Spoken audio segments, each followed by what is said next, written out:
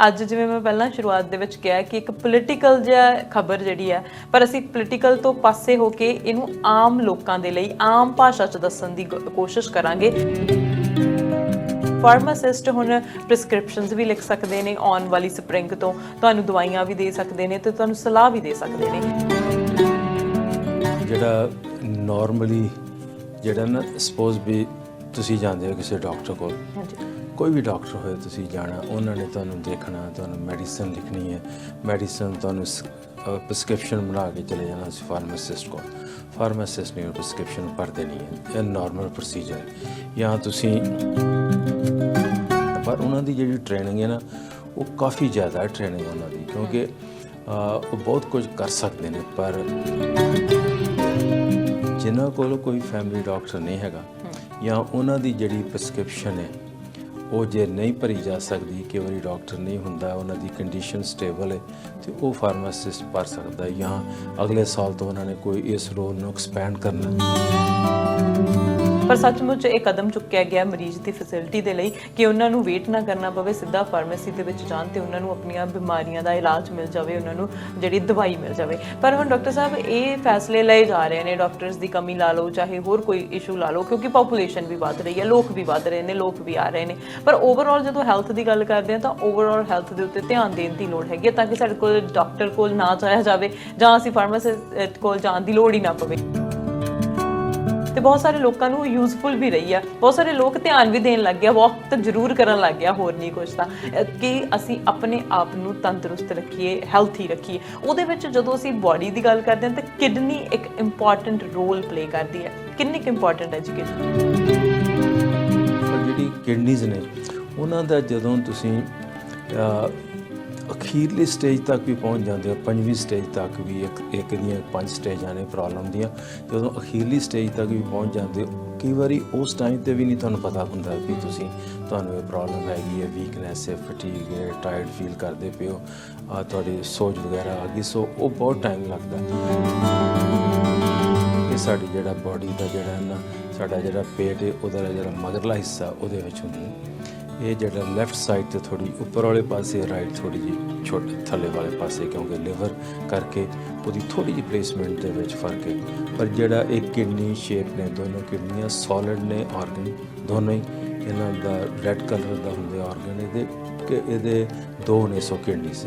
ਪਰ ਕਈ ਵਾਰੀ ਇਹ ਜੁੜੀਆਂ ਵੀ ਹੋ ਸਕਦੀਆਂ ਬਚਪਨ ਤੋਂ, ਕਈ ਵਾਰੀ ਇੱਕ ਵੀ ਹੋ ਸਕਦੀ ਹੈ।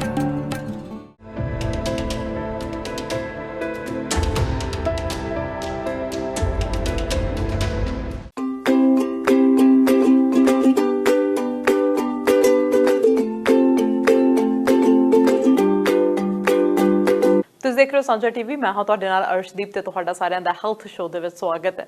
ਤੇ ਇਸ ਪ੍ਰੋਗਰਾਮ ਦੇ ਵਿੱਚ ਕੋਸ਼ਿਸ਼ ਕਰਦੇ ਹਾਂ ਸਿਹਤ ਪ੍ਰਤੀ ਤੁਹਾਡੇ ਤੱਕ ਇਨਫੋਰਮੇਸ਼ਨ ਪਹੁੰਚਾਉਣ ਦੀ, ਕਿ ਜਿੰਨੀ ਵੱਧ ਇਨਫੋਰਮੇਸ਼ਨ ਹੋਊਗੀ ਕਿ ਅਸੀਂ ਆਪਣੇ ਆਪ ਨੂੰ ਤੰਦਰੁਸਤ ਕਿਵੇਂ ਰੱਖ ਸਕਦੇ ਹਾਂ, ਉਨਾ ਹੀ ਲਾਭ ਤੁਹਾਨੂੰ ਹੋਊਗਾ, ਤੁਹਾਡੇ ਪਰਿਵਾਰ ਨੂੰ ਹੋਊਗਾ ਤੇ ਤੁਹਾਡੇ ਆਲੇ ਦੁਆਲੇ ਦੇ ਲੋਕਾਂ ਨੂੰ ਹੋਊਗਾ। ਸੋ ਇਸ ਪ੍ਰੋਗਰਾਮ ਦੇ ਵਿੱਚ ਅੱਜ ਵੀ ਅਹਿਮ ਟੌਪਿਕਸ ਦੇ ਉੱਤੇ ਗੱਲਬਾਤ ਕਰਾਂਗੇ, ਜਿਹਦੇ ਵਿੱਚੋਂ ਇੱਕ ਫਾਰਮਾਸਿਸਟ ਦਾ ਰੋਲ ਚੇਂਜ ਹੋਇਆ, ਖਬਰਾਂ ਆ ਰਹੀਆਂ ਨੇ, ਪੋਲੀਟੀਕਲ ਜਿਹਾ ਇਸ਼ੂ ਆ, ਪਰ ਇਹਦੇ ਉੱਤੇ ਡਾਕਟਰਸ ਦੀ ਰਾਏ ਜਾਣਨ ਦੀ ਕੋਸ਼ਿਸ਼ ਕਰਾਂਗੇ ਕਿ ਡਾਕਟਰ ਕੀ ਸੋਚਦੇ ਨੇ। ਤੇ ਉਧਰ ਦੂਜੇ ਪਾਸੇ ਜਦੋਂ ਅਸੀਂ ਆਪਣੀ ਹੈਲਥ ਦੀ ਗੱਲ ਕਰਦੇ ਹਾਂ ਤਾਂ ਕਿਡਨੀ ਇੱਕ ਇੰਪੋਰਟੈਂਟ ਰੋਲ ਪਲੇ ਕਰਦੀ ਹੈ।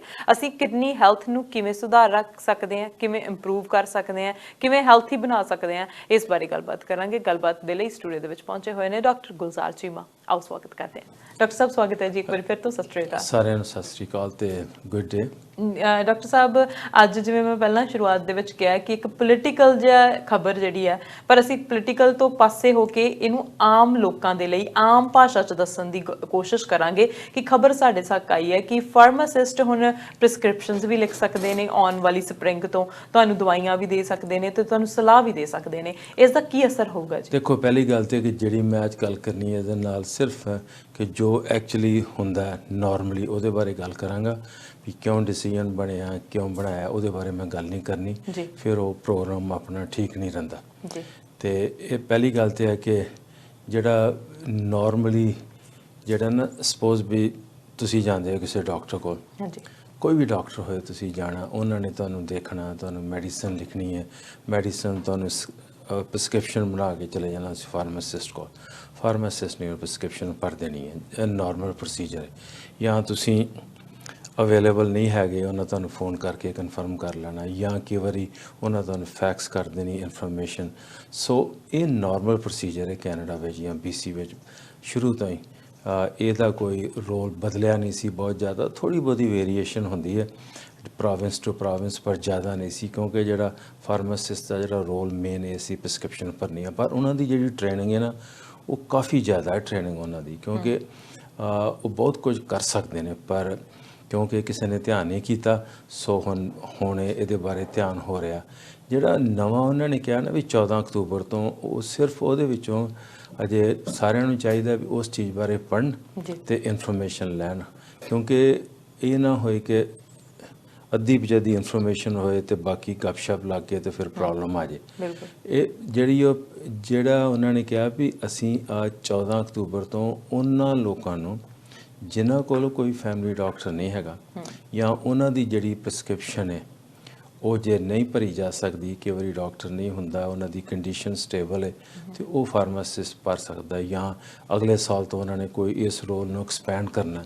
ਸੋ ਇਹ ਜਿਹੜਾ ਇੱਕ ਕਿਸਮ ਦਾ ਸਾਨੂੰ ਚਾਹੀਦਾ ਵੀ ਇਹਨੂੰ ਖੁੱਲ੍ਹੇ ਦਿਮਾਗ ਦੇ ਨਾਲ ਇਸ ਚੀਜ਼ ਨੂੰ ਸੋਚੀਏ, ਤਾਂ ਕਿ ਕਿਉਂਕਿ ਕਈ ਇਸ਼ੂਜ਼ ਨੇ ਇਹਦੇ ਬਾਰੇ 'ਚ ਵੀ, ਸ਼ਾਰਟੇਜ ਆਫ ਡਾਕਟਰਸ ਦਾ ਇਸ਼ੂ ਹੈ, ਅਵੇਲੇਬਿਲਿਟੀ ਦਾ ਇਸ਼ੂ ਹੈ। ਸੋ ਇਹ ਜਿਹੜੀਆਂ ਸਾਰੀਆਂ ਗੱਲਾਂ ਨੇ ਮੈਂ ਸਮਝਦਾ ਵੀ ਸਾਰੇ ਇਸ ਚੀਜ਼ ਬਾਰੇ ਪੜ੍ਹਨ, ਪਰ ਇਹਨੂੰ ਆਪਾਂ ਜੱਜਮੈਂਟ ਕਰਨ ਦਾ ਕੋਈ ਫਾਇਦਾ ਨਹੀਂ, ਕਿਉਂਕਿ ਬੜੀ ਅਰਲੀ ਸਟੇਜ ਦੇ ਵਿੱਚ ਨਾ ਹੀ, ਕਿਉਂਕਿ ਜੇ ਤੁਸੀਂ ਸੋਚੋ ਨਾ ਕਿ ਦੁਨੀਆ ਦੇ ਵਿੱਚ ਕਰੋੜਾਂ ਲੋਕ ਨੇ ਜਿਨ੍ਹਾਂ ਕੋਲ ਸਿਰਫ ਫਾਰਮਾਸਿਸਟ ਹੀ ਨੇ। ਤੁਸੀਂ ਜਾਣਦੇ ਹੋ ਜਿਹੜੇ ਮੁਲਕ ਤੋਂ ਅਸੀਂ ਵੀ ਆਏ ਹਾਂ, ਪਹਿਲਾਂ ਸੀ ਉੱਥੇ ਇੱਕ ਟਾਈਮ ਸੀ ਕਿ ਤੁਸੀਂ ਜਾਣਾ, ਤੁਸੀਂ ਮਾੜੀ ਮੋਟੀ ਤਕਲੀਫ ਜਿਹੜੀ ਹੈ ਨਾ ਫਾਰਮਾਸਿਸਟ ਕੋਲ ਜਾਓ, ਉਹਨਾਂ ਤੁਹਾਨੂੰ ਦਵਾਈ ਦੇ ਦੇਣੀ, ਉਹਨਾਂ ਅਜੇ ਵੀ ਇਦਾਂ ਹੀ ਹੈ, ਹੁਣ ਵੀ ਸਮੇਂ ਦੇ ਵਿੱਚ ਵੀ। ਸੋ ਉਹਦੇ ਨਾਲ ਹੁੰਦਾ ਕਿ ਡੈਫੀਨੇਟਲੀ ਵੀ ਉਹਨਾਂ ਦਾ ਰੋਲ ਜਿਹੜਾ ਨਾ ਬਾਕੀ ਮੁਲਕਾਂ ਵਿੱਚ ਥੋੜ੍ਹਾ ਡਿਫਰੈਂਟ ਹੈ, ਕੈਨੇਡਾ ਵਿੱਚ ਡਿਫਰੈਂਟ ਸੀ। ਸੋ ਹੋ ਸਕਦਾ ਵੀ ਇਹਦੇ ਵਿੱਚੋਂ ਕੋਈ ਚੰਗੀ ਗੱਲ ਹੀ ਹੋਏਗੀ, ਪਰ ਇੱਕ ਇਸ਼ੂ ਹੋਣਾ ਅਲਟੀਮੇਟਲੀ ਕਿ ਜਿਹੜਾ ਚਾਹੀਦਾ ਵੀ ਸਾਰਿਆਂ ਨੂੰ ਅਵੇਅਰਨੈਸ ਹੋਣੀ ਚਾਹੀਦੀ ਹੈ ਇਹਦੇ ਬਾਰੇ। ਪਹਿਲੀ ਗੱਲ ਤੇ ਪੜ੍ਹੋ, ਦੂਜਾ ਕਿ ਸਪੋਜ਼ ਵੀ ਤੁਸੀਂ ਜਦੋਂ ਜਾਂਦੇ ਤੁਹਾਨੂੰ ਫਾਰਮਾਸਿਸਟ ਕੋਲ ਚਲੇ ਗਏ, ਉਹਨਾਂ ਕੋਲ ਸਾਰੀ ਜਿਹੜਾ ਕੇਅਰ ਨੈਟ ਤੋਂ ਇਨਫੋਰਮੇਸ਼ਨ ਉਹ ਤੁਹਾਡੀ ਲੈ ਸਕਦੇ ਨੇ, ਵੀ ਤੁਸੀਂ ਹਸਪੀਟਲ ਕਦੋਂ ਗਏ ਸੀ, ਕਿਹੜੀ ਤੁਹਾਡੇ ਕੋਲ ਮੈਡੀਸਨ ਹੈ, ਜਾਂ ਫਾਰਮਾ ਨੈਟ 'ਤੇ ਸਾਰੀ ਤੁਹਾਡੀ ਮੈਡੀਕੇਸ਼ਨ ਦੀ ਲਿਸਟ ਹੈਗੀ ਹੈ। ਪਰ ਜਿਹੜਾ ਫੈਮਿਲੀ ਡਾਕਟਰ ਦੀ ਇਨਫੋਰਮੇਸ਼ਨ, ਉਹਨਾਂ ਦਾ ਰੈਕਡ ਉਹਨਾਂ ਕੋਲ ਐਕਸੈਸ ਨਹੀਂ ਹੈਗਾ। ਸੋ ਉਹਦੇ ਵਿੱਚੋਂ ਮੈਨੂੰ ਨਹੀਂ ਸਮਝ ਕੇ ਮੈਂ 100% ਸ਼ੋਰ ਵੀ ਕਿਸ ਤਰ੍ਹਾਂ ਉਸ ਚੀਜ਼ ਨੂੰ ਸੋਲਵ ਕਰਨਾ, ਕਿਉਂਕਿ ਅਲਟੀਮੇਟਲੀ ਇਹ ਹੋਣਾ ਕਿ ਇਹਨਾਂ ਨੂੰ ਡਿਸਕਸ਼ਨ ਹੋਰ ਕਰਨੀ ਪੈਣੀ ਹੈ, ਮੇ ਵੀ ਥੋੜ੍ਹਾ ਲੋਕਾਂ ਨਾਲ ਕੰਸਲਟ ਕਰਨਾ ਪੈਣਾ, ਜਾਂ ਡਾਕਟਰਸ ਦੇ ਨਾਲ, ਜਾਂ ਬਾਕੀ ਜਿਹੜੀਆਂ ਆਰਗੇਨਾਈਜੇਸ਼ਨਸ ਨੇ। ਸੋ ਇਸ ਟਾਈਮ ਦੇ ਵਿੱਚ ਜਿਹੜਾ ਨਾ ਬੜਾ ਇਹਦੇ ਬਾਰੇ ਚਾਹੀਦਾ ਵੀ ਆਪਾਂ ਇਹਨੂੰ ਓਪਨ ਮਾਈਂਡ ਦੇ ਨਾਲ ਇਸ ਬਾਰੇ ਸੋਚੀਏ। ਡਾਕਟਰ ਸਾਹਿਬ, ਜਿਵੇਂ ਤੁਹਾਡੇ ਕੋਲ ਹੁਣ ਤੁਸੀਂ ਹਰ ਰੋਜ਼ ਬਹੁਤ ਜਿਹੜੇ ਮਰੀਜ਼ ਆ ਉਹ ਦੇਖਦੇ ਆ ਹਰ ਰੋਜ਼, ਕਿਉਂਕਿ ਤੁਸੀਂ ਫੈਮਿਲੀ ਡਾਕਟਰ ਹੈਗੇ ਨੇ, ਤੁਹਾਡੇ ਕੋਲੇ ਬਹੁਤ ਸਾਰੇ ਮਰੀਜ਼ ਆਉਂਦੇ ਨੇ ਤੇ ਤੁਸੀਂ ਉਹਨਾਂ ਦੀ ਪਹਿਲਾਂ ਹਿਸਟਰੀ ਦੇਖਦੇ ਆ, ਤੁਹਾਡੇ ਕੋਲ ਉਹਨਾਂ ਦਾ ਰੈਕਡ ਪੂਰਾ ਹੁੰਦਾ। ਕੀ ਹੁਣ ਫਾਰਮਾਸਿਸਟ ਵੀ ਆਪਣਾ ਰੈਕਡ ਦੇਖ ਕੇ ਦੱਸਣਗੇ ਕਿ ਕਿਸ ਤਰ੍ਹਾਂ, ਜਿਵੇਂ ਕਿਉਂਕਿ ਤੁਸੀਂ ਮੈਡੀਕੇਸ਼ਨ ਵੀ ਲਿਖਦੇ ਆ, ਫਿਰ ਉਹ ਰਿਕਾਰਡ ਰੱਖਦੇ ਵੀ ਆ ਆਪਣੇ ਕੋਲ ਕਿ ਇਹਨੂੰ ਇਹ ਦਵਾਈ ਇਸ ਦਿਨ ਦਿੱਤੀ ਸੀਗੀ, ਇਹਦੀ ਪ੍ਰੋਬਲਮ ਸੀਗੀ, ਸੋ ਉਹ ਸਾਰੀਆਂ ਚੀਜ਼ਾਂ ਸਿਮਿਲਰ ਫਾਰਮਾਸਿਸਟ ਕੋਲ ਚਲੀਆਂ ਜਾਣਗੀਆਂ ਹੁਣ? ਉਹਦੇ ਬਾਰੇ ਮੇਰੇ ਕੋਲ ਕੋਈ ਨੌਲੇਜ ਨਹੀਂ ਹੈਗਾ, ਕਿਉਂਕਿ ਮੈਂ ਜਿੰਨੀ ਕੁ ਇਨਫੋਰਮੇਸ਼ਨ ਤੁਸੀਂ ਪੜ੍ਹੀ ਉਨੀ ਕੁ ਮੈਂ ਪੜ੍ਹੀ ਹੈ ਵੀ ਕਿਸ ਤਰੀਕੇ ਨਾਲ ਇਹਨਾਂ ਨੂੰ ਇੰਪਲੀਮੈਂਟ ਕਰਨਾ। ਸੋ ਸਾਨੂੰ ਵੇਟ ਕਰਨਾ ਚਾਹੀਦਾ ਵੀ ਡੀਟੇਲ ਬਾਰੇ।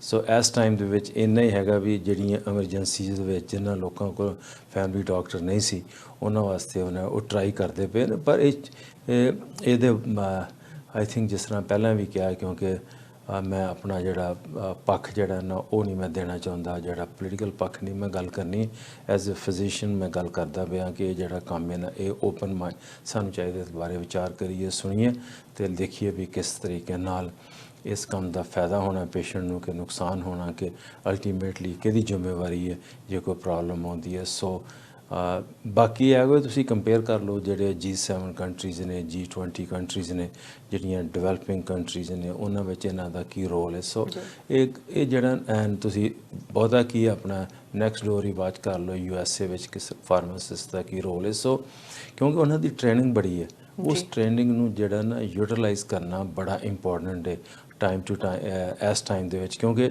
ਜਦੋਂ ਡਾਕਟਰ ਦੀ ਸ਼ਾਰਟੇਜ ਹੈਗੀ ਹੈ ਉਹਨਾਂ ਨੂੰ ਲਿਆਉਣ ਵਾਸਤੇ ਵੀ ਬੜਾ ਟਾਈਮ ਹੋਣਾ। ਜੇ ਤੁਸੀਂ ਅੱਜ ਮੈਡੀਕਲ ਸਕੂਲ ਨਵਾਂ ਖੋਲ੍ਹਦੇ ਹੋ, ਨਵੇਂ ਫੋਰਨ ਮੈਡੀਕਲ ਗ੍ਰੈਜੂਏਟਸ ਲਈ ਸਪਾਟ ਤੁਸੀਂ ਕ੍ਰੀਏਟ ਕਰਦੇ ਪਏ ਹੋ, ਉਹ ਜਿਹੜੀਆਂ ਸਾਰੀਆਂ ਗੱਲਾਂ ਨੇ ਉਹਨਾਂ ਨੂੰ ਟਾਈਮ ਦੀ ਜ਼ਰੂਰਤ ਹੈ।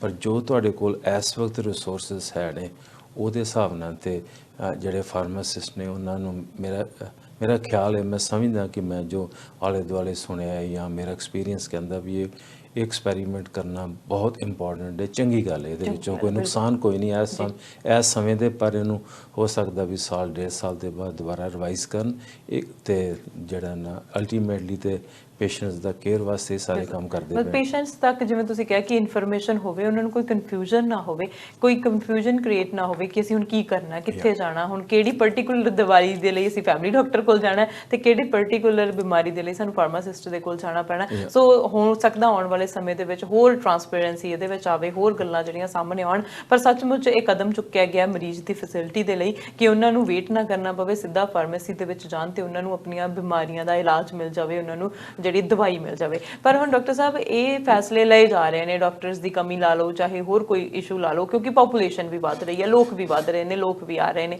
ਪਰ ਓਵਰਆਲ ਜਦੋਂ ਹੈਲਥ ਦੀ ਗੱਲ ਕਰਦੇ ਹਾਂ ਤਾਂ ਓਵਰਆਲ ਹੈਲਥ ਦੇ ਉੱਤੇ ਧਿਆਨ ਦੇਣ ਦੀ ਲੋੜ ਹੈਗੀ ਤਾਂ ਕਿ ਸਾਡੇ ਕੋਲ ਡਾਕਟਰ ਕੋਲ ਨਾ ਜਾਇਆ ਜਾਵੇ ਜਾਂ ਅਸੀਂ ਫਾਰਮਾਸਿਸਟ ਕੋਲ ਜਾਣ ਦੀ ਲੋੜ ਹੀ ਨਾ ਪਵੇ। ਇਸੇ ਕਰਕੇ ਅਸੀਂ ਇਨਫੋਰਮੇਸ਼ਨ ਵੱਧ ਤੋਂ ਵੱਧ ਦੇਣ ਦੀ ਕੋਸ਼ਿਸ਼ ਕਰ ਰਹੇ ਹਾਂ। ਪਿਛਲੇ ਲੰਬੇ ਸਮੇਂ ਤੋਂ ਅਸੀਂ ਵੱਖ-ਵੱਖ ਟੌਪਿਕਸ ਦੇ ਉੱਤੇ ਗੱਲਬਾਤ ਕਰਦੇ ਆਏ ਹਾਂ ਤੇ ਬਹੁਤ ਸਾਰੇ ਲੋਕਾਂ ਨੂੰ ਯੂਜ਼ਫੁਲ ਵੀ ਰਹੀ ਆ, ਬਹੁਤ ਸਾਰੇ ਲੋਕ ਧਿਆਨ ਵੀ ਦੇਣ ਲੱਗ ਗਿਆ, ਵਾਕ ਤਾਂ ਜ਼ਰੂਰ ਕਰਨ ਲੱਗ ਗਿਆ, ਹੋਰ ਨਹੀਂ ਕੁਛ ਤਾਂ, ਕਿ ਅਸੀਂ ਆਪਣੇ ਆਪ ਨੂੰ ਤੰਦਰੁਸਤ ਰੱਖੀਏ, ਹੈਲਥੀ ਰੱਖੀਏ। ਉਹਦੇ ਵਿੱਚ ਜਦੋਂ ਅਸੀਂ ਬਾਡੀ ਦੀ ਗੱਲ ਕਰਦੇ ਹਾਂ ਤਾਂ ਕਿਡਨੀ ਇੱਕ ਇੰਪੋਰਟੈਂਟ ਰੋਲ ਪਲੇ ਕਰਦੀ ਹੈ। ਕਿੰਨੀ ਕੁ ਇੰਪੋਰਟੈਂਟ ਹੈ ਜੀ ਕਿਡਨੀ? ਦੇਖੋ, ਪਹਿਲੀ ਗੱਲ ਤਾਂ ਹੈ ਕਿ ਜਿਹੜੇ ਸਾਡੇ ਗੁਰਦੇ ਨੇ ਉਹਦੇ ਬਾਰੇ ਤੇ ਬਹੁਤ ਘੱਟ ਲੋਕਾਂ ਨੂੰ ਗਿਆਨ ਹੈ ਜਾਂ ਕਿ ਇਨਫੋਰਮੇਸ਼ਨ ਬਹੁਤ ਘੱਟ ਹੈ, ਕਿਉਂਕਿ ਸਾਰਾ ਫੋਕਸ ਹੁੰਦਾ ਹਾਰਟ 'ਤੇ। ਤੁਸੀਂ ਤੁਹਾਡੇ ਬਲੱਡ ਪ੍ਰੈਸ਼ਰ 'ਤੇ, ਬਲੱਡ ਸ਼ੂਗਰ 'ਤੇ, ਤੁਸੀਂ ਆਪਾਂ ਸਟ੍ਰੋਕ ਬਾਰੇ ਜਾਂ ਇਹਨਾਂ ਸਾਰੀਆਂ ਗੱਲਾਂ ਬਾਰੇ, ਕਿਉਂਕਿ ਉਸ ਚੀਜ਼ 'ਤੇ ਫੋਕਸ ਹੁੰਦਾ ਜਿਹਦੀ ਜ਼ਿਆਦਾ ਤੁਸੀਂ ਵੇਖਦੇ ਹੋ ਵੀ ਮਾਰੂ ਨੇ। ਤੁਹਾਨੂੰ ਪਤਾ ਵੀ ਜੇ ਹਾਰਟ ਅਟੈਕ ਹੋਇਆ ਤਾਂ ਤੁਹਾਡਾ ਬਹੁਤੀ ਦੇਰ ਨਹੀਂ ਬਚਣਾ। ਸੋ ਉਸ ਚੀਜ਼ ਦੇ ਨਾਲੇ ਤੁਹਾਨੂੰ ਦਿਸਦਾ ਹੁੰਦਾ, ਤੁਸੀਂ ਉਹਦੇ ਨਾਲ ਤੁਹਾਨੂੰ ਉਹਨਾਂ ਨੂੰ ਐਕਸਪਲੇਨ ਕੀਤਾ ਹੁੰਦਾ। ਪਰ ਜਿਹੜੀ ਕਿਡਨੀਜ਼ ਨੇ ਉਹਨਾਂ ਦਾ ਜਦੋਂ ਤੁਸੀਂ ਅਖੀਰਲੀ ਸਟੇਜ ਤੱਕ ਵੀ ਪਹੁੰਚ ਜਾਂਦੇ ਹੋ, 5ਵੀਂ ਸਟੇਜ ਤੱਕ ਵੀ, ਇੱਕ ਦੀਆਂ 5 ਸਟੇਜਾਂ ਨੇ ਪ੍ਰੋਬਲਮ ਦੀਆਂ, ਜਦੋਂ ਅਖੀਰਲੀ ਸਟੇਜ ਤੱਕ ਵੀ ਪਹੁੰਚ ਜਾਂਦੇ ਹੋ, ਕਈ ਵਾਰੀ ਉਸ ਟਾਈਮ 'ਤੇ ਵੀ ਨਹੀਂ ਤੁਹਾਨੂੰ ਪਤਾ ਹੁੰਦਾ ਕਿ ਤੁਹਾਨੂੰ ਇਹ ਪ੍ਰੋਬਲਮ ਹੈਗੀ ਹੈ, ਵੀਕਨੈਸ ਹੈ, ਫਟੀਗ ਹੈ, ਟਾਇਰਡ ਫੀਲ ਕਰਦੇ ਪਏ ਹੋ, ਤੁਹਾਡੀ ਸੋਜ ਵਗੈਰਾ ਆ ਗਈ। ਸੋ ਉਹ ਬਹੁਤ ਟਾਈਮ ਲੱਗਦਾ। ਪਰ ਇਹਦੇ ਜਾਣਨਾ ਜਿਹੜਾ ਨਾ ਇਹ ਬੜਾ ਜ਼ਰੂਰੀ ਹੈ ਵੀ ਕਿਡਨੀਜ਼ ਹੈ ਕੀ ਨੇ, ਕਰਦੀਆਂ ਕੀ ਨੇ। ਪਹਿਲੀ ਗੱਲ ਤਾਂ ਹੈ ਵੀ ਨੈਚੁਰਲੀ ਹਰ ਇੱਕ ਦੀਆਂ 2 ਨੇ ਕਿਡਨੀਆਂ, ਕਈਆਂ ਦੀਆਂ ਬਚਪਨ ਤੋਂ ਇੱਕ ਵੀ ਹੁੰਦੀ ਹੈ। ਇਹ ਸਾਡੀ ਜਿਹੜਾ ਬਾਡੀ ਦਾ ਜਿਹੜਾ ਨਾ ਸਾਡਾ ਜਿਹੜਾ ਪੇਟ ਹੈ ਉਹਦਾ ਜਿਹੜਾ ਮਗਰਲਾ ਹਿੱਸਾ ਉਹਦੇ ਵਿੱਚ ਹੁੰਦੀ ਹੈ। ਇਹ ਜਿਹੜਾ ਲੈਫਟ ਸਾਈਡ 'ਤੇ ਥੋੜ੍ਹੀ ਉੱਪਰ ਵਾਲੇ ਪਾਸੇ, ਰਾਈਟ ਥੋੜ੍ਹੀ ਜਿਹੀ ਛੋਟੇ ਥੱਲੇ ਵਾਲੇ ਪਾਸੇ, ਕਿਉਂਕਿ ਲਿਵਰ ਕਰਕੇ ਉਹਦੀ ਥੋੜ੍ਹੀ ਜਿਹੀ ਪਲੇਸਮੈਂਟ ਦੇ ਵਿੱਚ ਫ਼ਰਕ ਹੈ।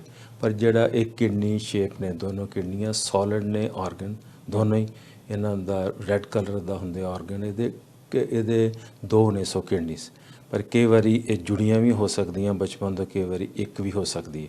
ਉਹਦਾ ਇਹ ਮਤਲਬ ਹੈ ਕਿ ਜੇ ਤੁਹਾਡੀ ਇੱਕ ਵੀ ਕਿਡਨੀ ਹੈਗੀ ਹੈ ਫਿਰ ਵੀ ਤੁਹਾਡੀ ਲਾਈਫ ਚੰਗੀ ਜਿਹੜੀ ਬਤਾ ਸਕਦੇ ਹੋ। ਇਹ ਜਿਹੜਾ ਕਿਡਨੀਜ਼ ਦੀ ਇਹ ਗੱਲ, ਫਿਰ ਜਿਹੜਾ ਕਿਡਨੀਜ਼ ਦਾ ਅਗਲਾ ਹਿੱਸਾ ਅਗਲੇ ਹਫਤੇ ਗੱਲ ਕਰਾਂਗੇ। ਪਰ ਇਹਦਾ ਮੇਨ ਜਿਹੜਾ ਰੋਲ ਹੈ ਇਹ ਬਾਡੀ ਦੇ ਵਿੱਚ ਜਿਹੜਾ ਨਾ, ਜੋ ਆਪਾਂ ਪਿਛਲੇ ਪ੍ਰੋਗਰਾਮ ਕੀਤੇ ਸੀ ਵੀ ਇਹਦੇ ਇੰਟੈਸਟਾਈਨ ਦੇ, ਵੀ ਆਪਾਂ ਜਦੋਂ ਖਾਂਦੇ ਹਾਂ ਜਾਂ ਪੀਂਦੇ ਹਾਂ ਜਾਂ ਜੋ ਵੀ ਕਰਨੇ ਆ, ਜਿਹੜੇ ਵੀ ਸਾਰਾ ਬਾਡੀ ਦੇ ਵਿੱਚ ਉਹਦਾ ਪ੍ਰੋਸੈਸ ਹੋ ਕੇ ਸਾਰੀ ਜਿਹੜੀ ਇਨਫੋਰਮੇਸ਼ਨ ਹੈ, ਸਾਰਾ ਜਿਹੜਾ ਮਟੀਰੀਅਲ ਹੈ, ਇਨਫੋਰਮੇਸ਼ਨ ਹੀ ਮਟੀਰੀਅਲ ਜਿਹੜਾ ਉਹ ਬਲੱਡ ਦੇ ਰਸਤੇ ਜਾਂਦਾ, ਬਲੱਡ ਵਿੱਚ ਜਾਂਦਾ, ਬਲੱਡ ਦੇ ਰਸਤੇ ਫਿਰ ਹਾਰਟ ਵਿੱਚ ਜਾ ਕੇ, ਹਾਰਟ ਦੇ ਰਸਤੇ ਜਿਹੜਾ ਨਾ ਸਾਡੀ ਕਿਡਨੀ ਵਿੱਚ ਜਾਂਦਾ। ਕਿਡਨੀਜ਼ ਜਿਹੜੀਆਂ ਨੇ ਨਾ ਜਦੋਂ ਬਲੱਡ ਉਹਦੇ ਵਿੱਚ ਜਾਂਦਾ, ਇਹ ਪਿਉਰੀਫਿਕੇਸ਼ਨ ਦਾ ਇੱਕ ਕਿਸਮ ਦਾ ਨਾ ਸਫਾਈ ਦਾ ਕੰਮ ਕਰਦੀਆਂ। ਕਿਡਨੀਜ਼ ਦਾ ਇਹ ਰੋਲ ਹੈ ਵੀ ਜਿਹੜਾ ਸਾਡਾ 5ਵਾਂ ਹਿੱਸਾ ਨਾ ਬਲੱਡ ਦਾ, ਸਪੋਜ਼ ਬਾਡੀ ਦੇ ਵਿੱਚ 5 ਲੀਟਰ ਬਲੱਡ ਫਲੋ ਕਰਦਾ ਪਿਆ, ਐਟ ਏ ਟਾਈਮ ਜਿਹੜਾ 20% ਉਹ ਸਾਡੀ ਕਿਡਨੀਜ਼ ਤੋਂ ਜਾਂਦਾ।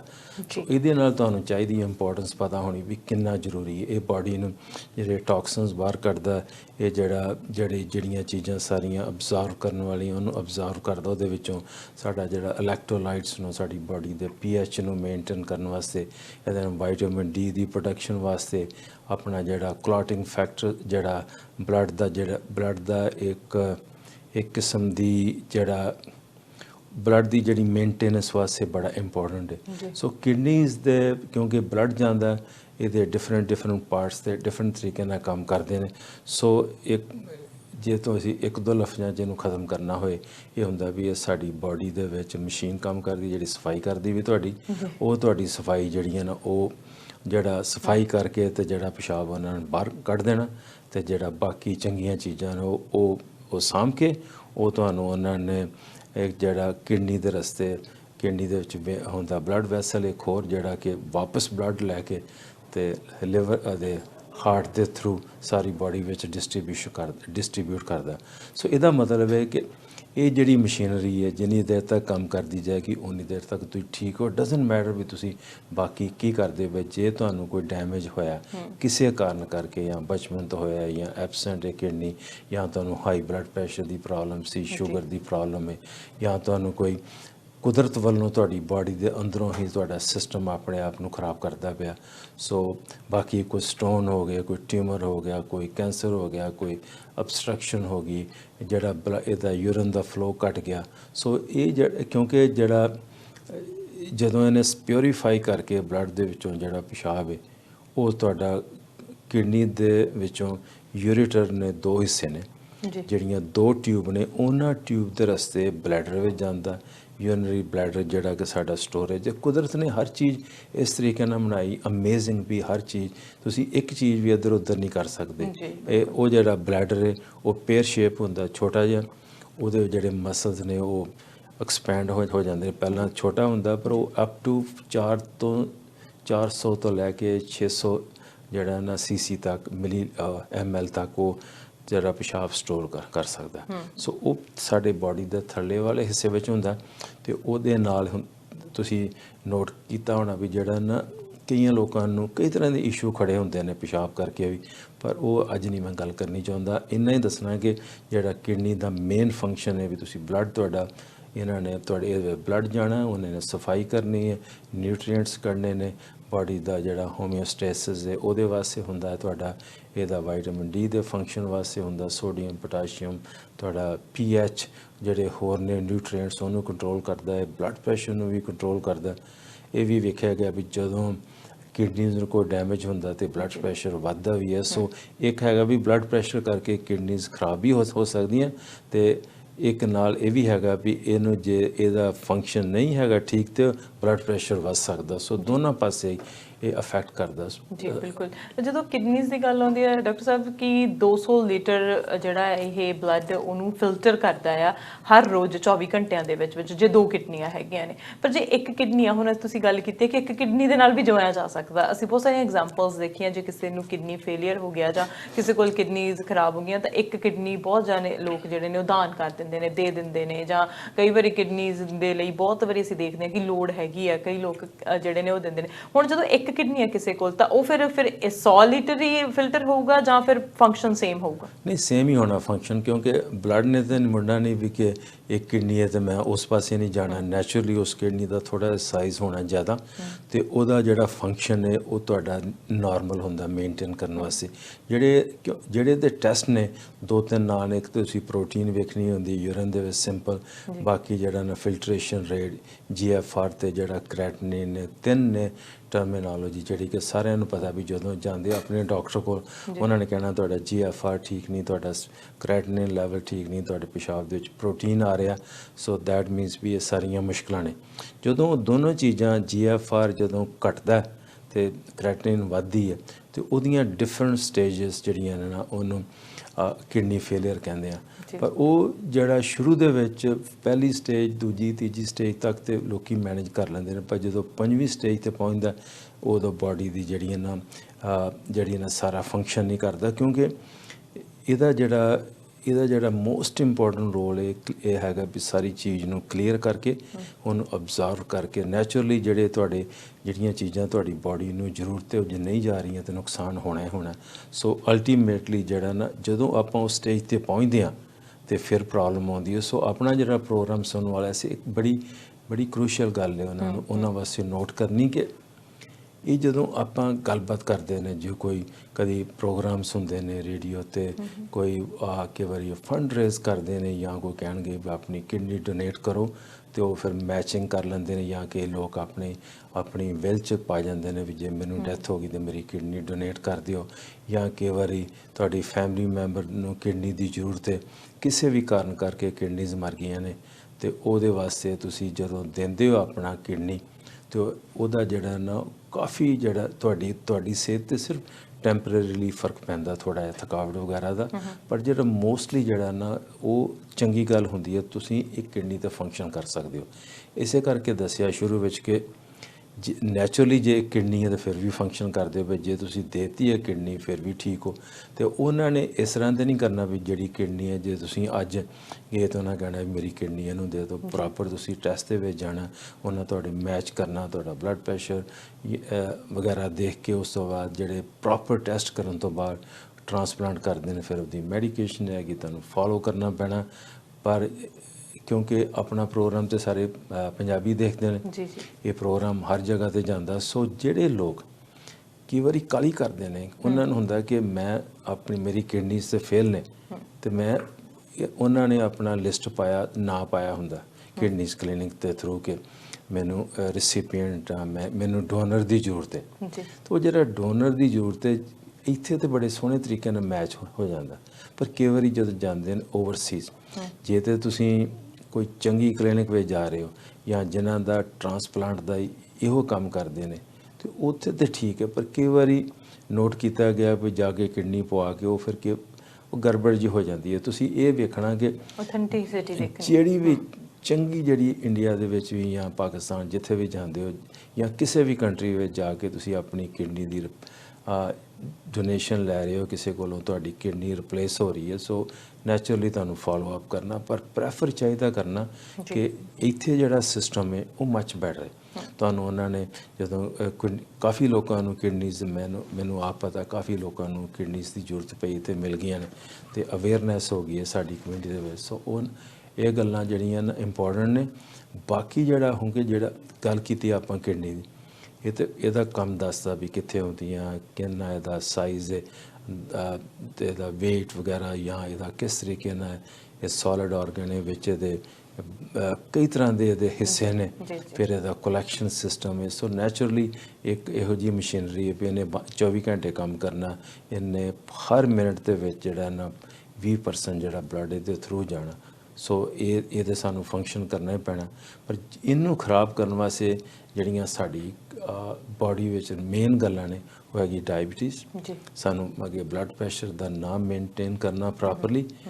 ਬੜੀ ਭੈੜੀ ਆਦਤ ਹੈ ਸਾਡੀ ਕਈ ਵਾਰੀ ਕਿ ਅਸੀਂ ਕਹਿੰਦੇ ਹਾਂ ਮੈਨੂੰ ਦਵਾਈ ਮੈਂ ਲਾਂਗਾ ਇਹ ਲੱਗ ਜਾਣੀ ਹੈ, ਇਹ ਮੈਨੂੰ ਦਵਾਈ ਹਮੇਸ਼ਾ ਖਾਣੀ ਪੈਣੀ ਹੈ। ਕਈ ਵਾਰੀ ਪੁੱਛੀਦਾ ਮਰੀਜ਼ਾਂ ਨੂੰ, ਆਮ ਤੌਰ 'ਤੇ ਕਹਿਣਗੇ ਵੀ ਦਵਾਈ ਕਦੀ ਕਦੀ ਮੈਂ ਲੈਂਦਾ, ਫਿਰ ਕਹਿਣਗੇ ਉਹਨਾਂ ਨੂੰ ਇਹ ਸਮਝਾਉਣ ਦੀ ਜ਼ਰੂਰਤ ਹੈ ਵੀ ਜਿਹੜਾ ਬਲੱਡ ਪ੍ਰੈਸ਼ਰ ਹੈ ਜਾਂ ਗੁਰਦੇ ਨੇ ਉਹ ਕਦੀ ਕਦੀ ਨਹੀਂ ਕੰਮ ਕਰਦੇ, ਉਹ ਨਾ ਕੰਟੀਨਿਊਸਲੀ ਕੰਮ ਕਰਦੇ ਪਏ ਨੇ, ਤੁਹਾਨੂੰ ਦਵਾਈ ਲੈਣੀ ਚਾਹੀਦੀ ਹੈ। ਸੋ ਇਹ ਇੰਪੋਰਟੈਂਟ ਗੱਲ ਹੈ। ਬਾਕੀ ਦੱਸਦਾ ਵੀ ਤੁਸੀਂ ਇਹ ਜੇ ਕਿਸੇ ਦੇ ਮਨ ਦੇ ਵਿੱਚ ਸ਼ੱਕ ਹੈ ਵੀ ਇਹਦਾ ਕੀ ਪ੍ਰੋਬਲਮ ਆ ਸਕਦੀ ਹੈ, ਤੁਸੀਂ ਜਾ ਕੇ ਜਿਹੜੀਆਂ ਡਾਇਲਿਸਿਸ ਕਲੀਨਿਕ ਦੇ ਇੱਕ ਵਾਰੀ ਚੱਕਰ ਮਾਰੋ। ਜੀ ਬਿਲਕੁਲ ਜੀ, ਸੋ ਇਹ ਇੰਪੋਰਟੈਂਟ ਟੌਪਿਕ ਹੈ, ਇਹਦੇ ਬਾਰੇ ਹੋਰ ਵੀ ਗੱਲ ਕੀਤੀ ਜਾ ਸਕਦੀ ਹੈ। ਇੱਕ ਕਿਸ ਦੇ ਕਾਰਨ ਹੋ ਸਕਦਾ, ਕਿਹੜੇ ਫੂਡ ਇਫੈਕਟ ਕਰਦੇ ਨੇ, ਅਗਲੇ ਹਫਤੇ ਇਹਦੇ ਬਾਰੇ ਡਿਟੇਲ ਦੇ ਵਿੱਚ ਜਾਣਕਾਰੀ ਦੇਵਾਂਗੇ। ਅੱਜ ਦੇ ਲਈ ਕੀ ਮੈਸੇਜ ਹੈ ਜੀ? ਮੈਸੇਜ ਹੈ ਵੀ ਇਹਨੂੰ ਜਿਹੜਾ ਹਰ ਬਾਡੀ ਦਾ ਹਿੱਸਾ ਉਹਦੀ ਫੰਕਸ਼ਨ ਕਰਨਾ ਸਮਝਣਾ ਬੜਾ ਇੰਪੋਰਟੈਂਟ ਹੈ। ਅਸੀਂ ਪ੍ਰੋਗਰਾਮ ਦੀ ਥੋੜ੍ਹੀ ਰੂਪਰੇਖਾ ਥੋੜ੍ਹੀ ਜਿਹੀ ਬਦਲੀ ਹੈ ਕਿ ਪਹਿਲਾਂ ਮੈਂ ਇਨਫੋਰਮੇਸ਼ਨ ਦੇਣਾ, ਫਿਰ ਮੈਂ ਦੱਸਦਾ ਵੀ